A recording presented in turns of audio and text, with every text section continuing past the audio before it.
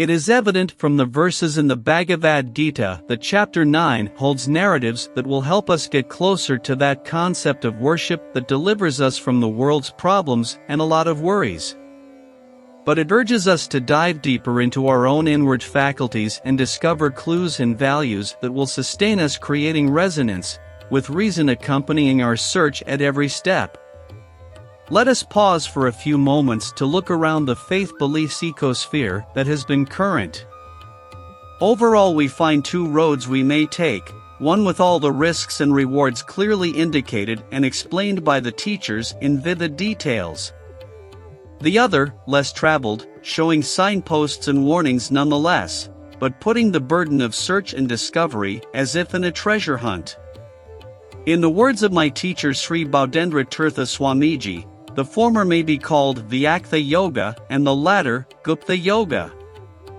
We can say very briefly that combining all the available literature and treatises compiled so far everywhere make attempts to bring clarity or Vyaktha to the mystery that is God. Theological history is rife with practices, rites and guidelines on regimes a fellow has to follow to gradually build up faith and with calibrated fashion, reach various goalposts in the long arduous search. Various denominations of faith have evolved apparently sophisticated systems of learning, often institutionalizing them to their own iconic streams with aims of reaching a common goal, however diverse the routes be. While a few may have actually arrived at the end of the search successfully, yet enigmatically a corroboration of facts eludes them equally vaguely, the idea just opposite the Vyaktha way. Systems of methodically developed meditation abound everywhere. Some asking you to focus on objects while others pointing you to vast spaces within you. All of this, with the aim of providing clarity or Vyaktha to the God-faith connect. Such often patented approaches have no doubt successfully produced sustainable organizations holding practitioners together, consoling and consulting one another. But sadly, when they reach out to other organizations with slightly differing syllabi, conflicts erupt. Why? BG with BG affirms the Gita has answers. The 9th chapter reveals how Krishna is everybody's conscience, presides over Prakriti, stitching and sewing as though, of what makes up the universe with its inhabitants.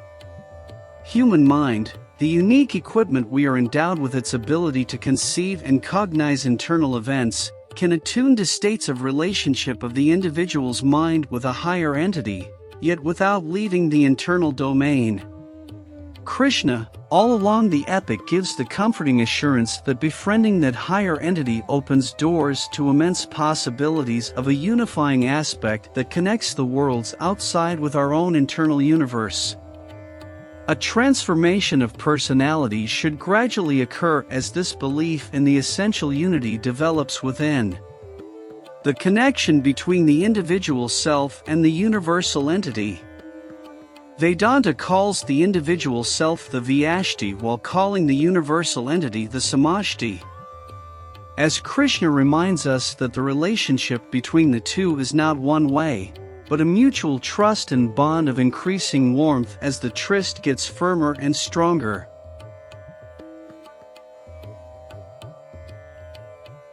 The aggregate of many individuals is called Samashti, the whole, and each individual is called Vyashti, a part.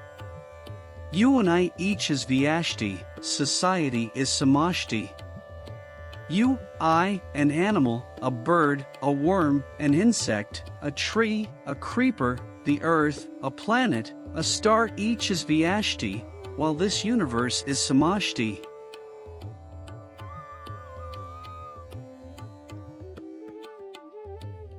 The Bhagavad Gita provides the structure and method to help develop the bond between the two entities amply well, spread through the chapters. Easier said than done, there will be occasions when we feel the necessity of a hand holding us along the way. Ordinary folks like us, involved with the daily trudges of life and livelihoods, may find the vacuum more gaping than others.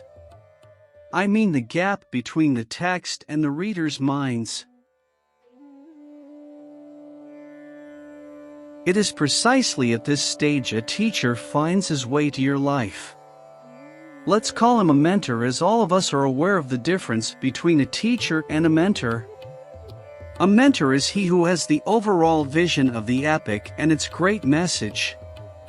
In India, we call such personas as gurus.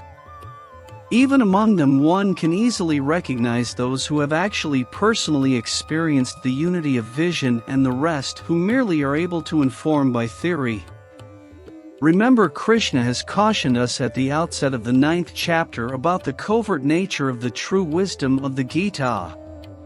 To borrow a term commonly used by Acharya Bodhendra Tirtha Swamiji as Gupta Yoga.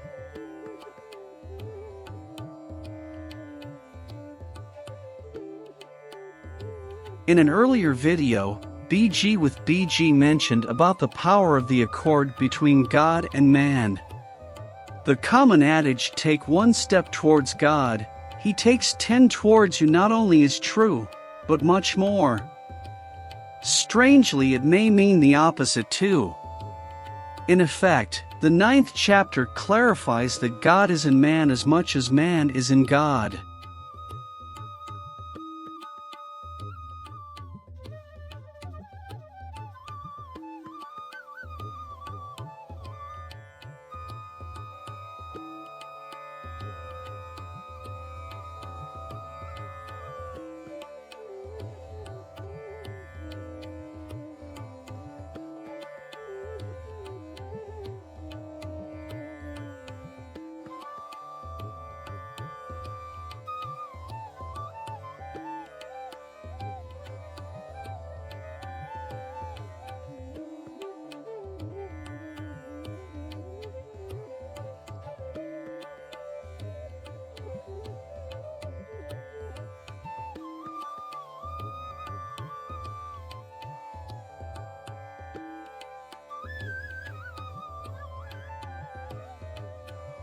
Chapters 10 and 11 reveal more on the man-God connect.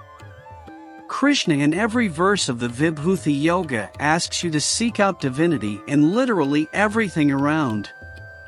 The energy of the message cannot be overemphasized, so much as stories from the great epics of India depict as evidence of a power and timeless intelligence of cosmic proportions.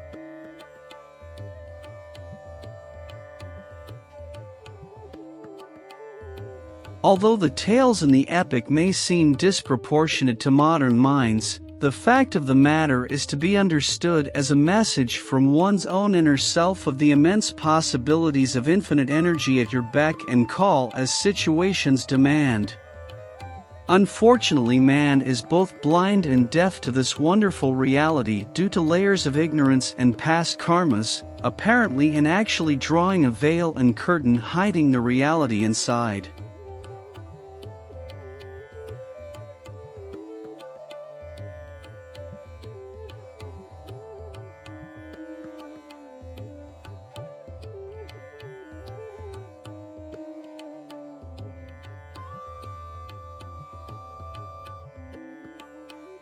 It amounts to a pointer that inconceivable potencies exist inside our own very selves, yet we are unaware of it.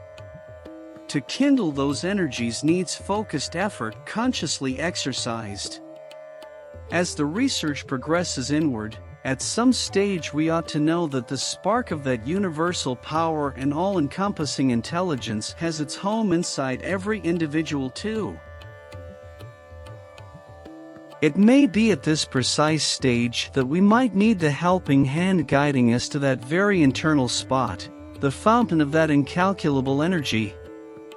The Guru Shishya Bandha, as Bodhendra Swamiji emphatically refers to the teacher-taught bond, starts here. The relevance of Gupta Yoga also becomes somewhat evident. There are regions inside of us where ordinary logic, rote learned at schools, may prove slippery. It is precisely at this stage one needs a guru who has already known what is really to be known.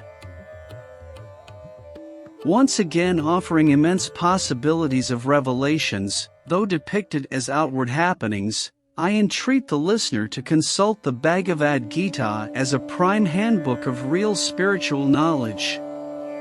I also wish everyone that a guru appears to you to propel the search and discovery. Hari Om!